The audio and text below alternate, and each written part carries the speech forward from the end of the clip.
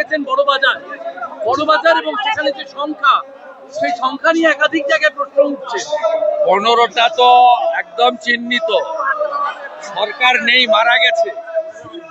এবং এইরকম উন্নাসিক অপদার্থ মুখ্যমন্ত্রী তার প্রশাসন পায়নি। আপনি দেখেছেন সবগুলো অতিথি বাংলার বাইরের লোক, বোর্ডার্স প্রায়, তাদের এত বড় মৃত্যু ঘটেছে, এই সংখ্যা 25 অব্দি যাবে। কোনো হেল্পলাইন নম্বর নেই, কোনো ডিটেলস নেই। পুরো সরকারটাকে দীঘাতে তুলে নিয়েছে, মাংস মাছ খাচ্ছে, চটি পরে সাংস্কৃতিক কেন্দ্রকে মন্দির বলে চালাচ্ছে। এ পাপ রাখার জায়গা নেই। জগন্নাথ দেবের মূর্তি ঢুকিয়েছে আর চটি পরে ঘুরছে, তো ধ্বংস হবেই। মমতা ব্যানার্জি, কারণ উনি বলেন আমি সব, 294টায় আমি প্রার্থী, একটাই পোস্ট, বাকি সব ল্যাম্প পোস্ট। যা হবে দায়িত্ব আপনার। কতগুলো হোটেলে এটা হলো, যৌতুকগৃহ বানিয়েছে কলকাতা এবং বিশেষ করে বড় বাজার এলাকায়।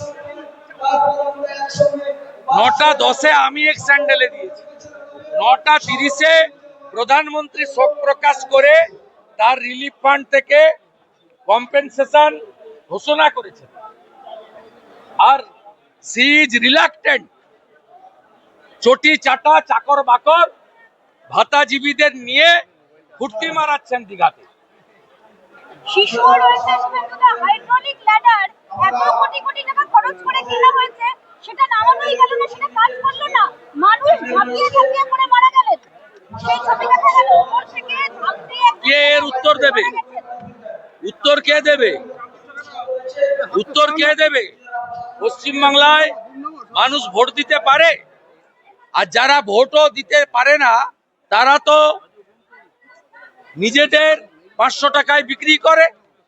আর মুসলিমরা অন্ধের মতো মমতাকে ভোট দেয়, যেহেতু তাদেরকে তুষ্টিকরণের রাজনীতির মধ্য দিয়ে তিনি প্রোটেকশন দেন। দীঘাতে দেখা গেল একাধিক হাইড্রোলিক ল্যাডার পড়ে আছে, হাইড্রোলিক ল্যাডার কলকাতায় নেই।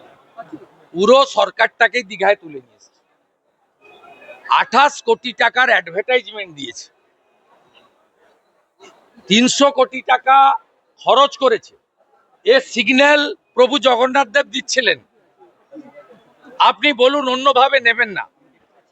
মন্দির নাম দিয়েছেন, যদিও খাতায় কলমে সাংস্কৃতিক কেন্দ্র। শ্রী জগন্নাথ দেবকে প্রতিষ্ঠা করেছেন একজন পুরী থেকে রাজেশ বাবু বলে, কাকে ডেকে এনেছেন অর্থের বিনিময়ে। আর রাহুল যাদব, টিকি রাখলেই সবাই ইস্কন হয় না, সবাই শ্রীলা প্রভুপদ শিষ্য হয় না। উনার নাম রাহুল যাদব, রাধারমনের নাম। ওটাকে নিয়ে গেছে, প্রথমে উপর থেকে পড়লো আবিদ নস্কর। আপনি বলুন, সনাতনী মন্দিরের ধাঁচে নির্মাণ, ঠাকুর প্রতিষ্ঠা করছো, সেখানে সনাতনীর বাইরে লোককে ব্যবহার করলে কি হয়? প্রথমটা পড়লো বারুইপুরের পিজিতে ভর্তি, গত পরশু পড়েছে দেগঙ্গার আরেকটা মিস্ত্রি। সম্পূর্ণভাবে পাপ কাজ করছেন, তাই ঈশ্বর এগুলো মেনে নিচ্ছেন না। ডিভিশন বেঞ্চে, আজকে ডিভিশন বেঞ্চে রাজ্যের কৌশলীরা দৌড়লেন এই অনুষ্ঠান, যেটা এখন প্রায় শেষের পথে, শেষ হয়ে গেছে, সেটা যাতে অনুমতি না দেওয়া হয়, তাই তারা সৌমেন সেনের ডিভিশন বেঞ্চে গেছিল। আদালত বলল প্রোগ্রাম শুরু হয়ে গেছে, আমরা কি করব? তাতে কার্যত রাজ্য কৌশলীরা বলে জ্বালা, ভীষণ জ্বালা। শাস্তে এসেছিল হিন্দু, আমরা বানিয়ে দিয়েছি আজকে জালি হিন্দু।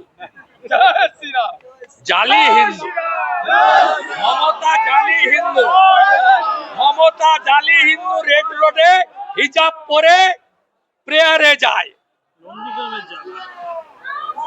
মমতা মহাকুম্ভকে মৃত্যু কুম্ভ বলে, মমতা হিন্দু ধর্মকে গান্ধা ধর্ম বলে, মমতা জালি হিন্দু। রাজ্যের কৌশলীরা প্রশ্ন করছেন যে শুভেন্দু অধিকারী বললে রাত 9টায় আপনারা শুনানি করে দেন, আর আমরা এরকম গুরুত্বপূর্ণ বিষয়ে আপনারা পরের দিন ডেট দিয়ে দিলেন। কালকে বললে শুনানি তো ওটা আটকে দেওয়া- মুর্শিদাবাদ চলছিল, গুরুত্ব বুঝেই করেন ওরা। এমন অনেক উদাহরণ রয়েছে, আমি বা আমাদের কারো করা মামলাতে বিচারপতিরা রাজ্য সরকারকে অনেক সুযোগ দেন, রাজ্য সরকার সে সুযোগ কাজে লাগাতে পারেন না। আর বিচার প্রক্রিয়া হয় তথ্য প্রমাণ এবং বিষয়বস্তুর গুরুত্বের উপরে দাঁড়িয়ে। কোনো ব্যক্তির মমতার সেবা করার জন্য সঞ্জয় ঘোষকে পরাজিত করতে হবে, কল্যাণ ব্যানার্জিকে রাজ করতে হবে, যা চিৎকার চেঁচামেচি করে কিছু হয় না। সর্বানন্দ মহারাজ বলছেন 50 জন অন্তত যদি বিধায়ক আমরা পাই যারা সাধু, তাহলেই একমাত্র সনাতনী কার্যক্রমে এটা একমাত্র বিজেপি পাঠায়। পার্লামেন্টের দিকে তাকিয়ে দেখবেন, সেখানে অন্তত 10 জন সাধু যারা উপযুক্ত, তারা সেখানে নির্বাচিত হয়ে গেছে। সেই কারণেই সবচেয়ে অন্যতম বড় সন্ন্যাসী যোগী আদিত্যনাথজি ভারতবর্ষের সবচেয়ে বড় রাজ্যের মুখ্যমন্ত্রীর দায়িত্ব নিয়েছেন। সাধু সন্ত সমাজ যদি দেশ সেবার কাজে রাজস্থান, উত্তরপ্রদেশ, মধ্যপ্রদেশের মতো এখানেও এগিয়ে আসেন, বাবা বালকনাথের মতো, উমা ভারতীর মতো 7 দিন